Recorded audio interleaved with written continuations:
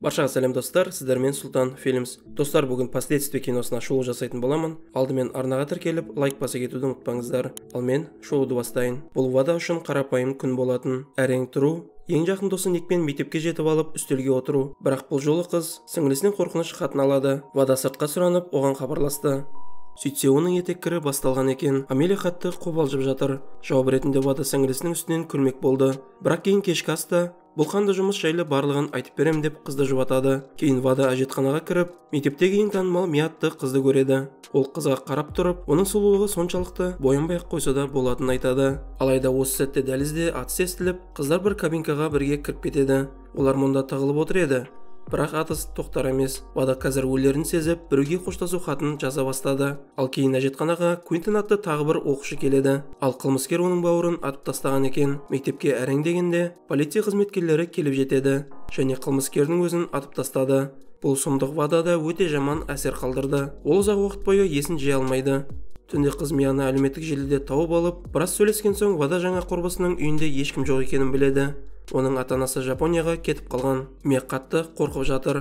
Сондықтан ол Вадаға егер қаласа келе алатынын айтады. Сосын қыз қорқынышты түс көріп оянып кетеді. Ал күндіз ол Никке барады. Ник сол күні тірі қалған себебі келесі жолы мұндай атысқа жол бермеу үшін деп ойлайды. Сондықтан ол атыстарға қарсы қозғалысты ұйымдастырмақшы еді. Үйінде Вада Мияның билеп жатқан бейнетаспаларын қарап жатты. Ал Мия кенет кездесуге ұсыныс тастады. Вада анасына Никке бара жатырмын деп алдап, өзі жаңа құрбысына келеді. Мия түк болмағандай кейіп танытып жатыр еді. Вада оның билерін қошемет сөздер айтып, ертең Квентиннің бауырының жерлеу рәсімі екенін жеткізді. Осылайша екеуі де сонда баруды шешті. Олардың жерлеу рәсімінде пайда болғаны жігітті қатты қуантады. Вада ашық хатты алып келіп қорапқа салды. Кейін қорапта сол қайғылы күні отбасы мүшелерін жоғалтқан жандардың да ашық хаттары пайда болды.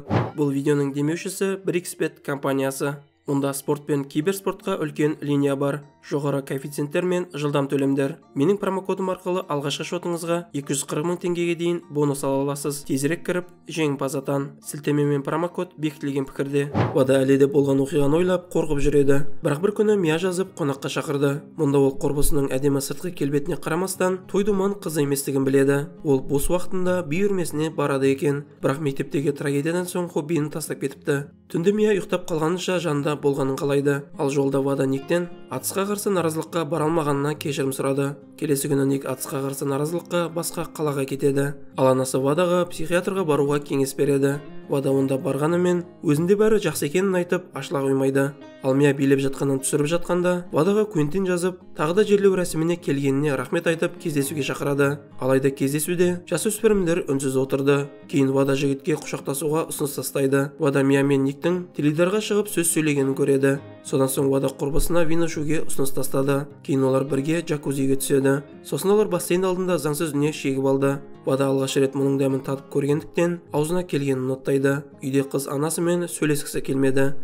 Ал анасы мектепке қайта баруды ұсынғанда мүлдем жындана кетеді. Себебі Мияның ата-анасы оның қалағанынша үйде отыруына рұқсат берген еді. Соған қарамастан Вада мектепке оралды. Бірақ қорқып әжетханаға бара алмайды. Кейін көшеде байқамай бөтелге басып кеткен қыз киімін бүлдіріп алды.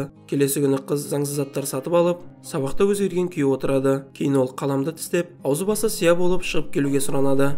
Дәлізде қыз мүлдем Марсқа ұшып кетіп, Никке жазып көмек сұрады. Ник құрбысын тауып алып, үйіне алып келеді.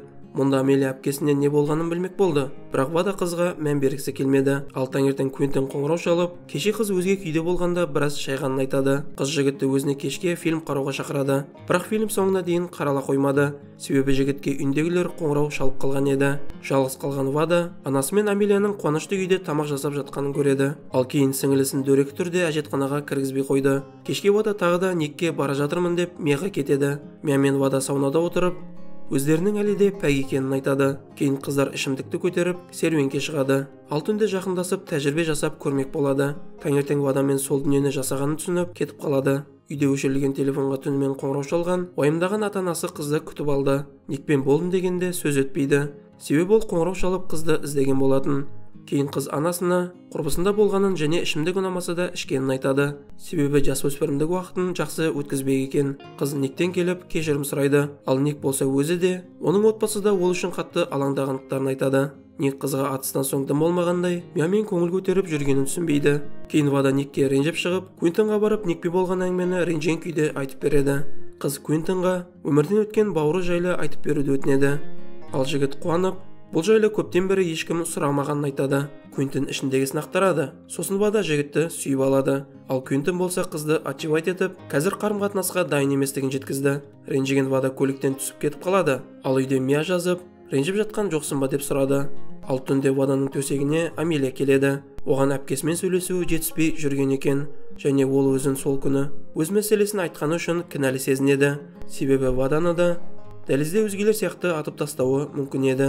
Ал әпкесі жауап ретінде кабинкада отырғанда өлетіне сенімді болған кезде тек бір адамға жазып үлгеретіне сенімді еді. Ол Амелия екен. Жауап ретінде мен де сені жақсы көрем деп жазбақ болыпты. Кейін апалы сіңлілер бірге ұйықтайды. Ал ертесіне әкесі Ваданы табиғатқа шығарады. Сонда сол күнгі трагедия жайлы Вада байқаусызда айтып қалады.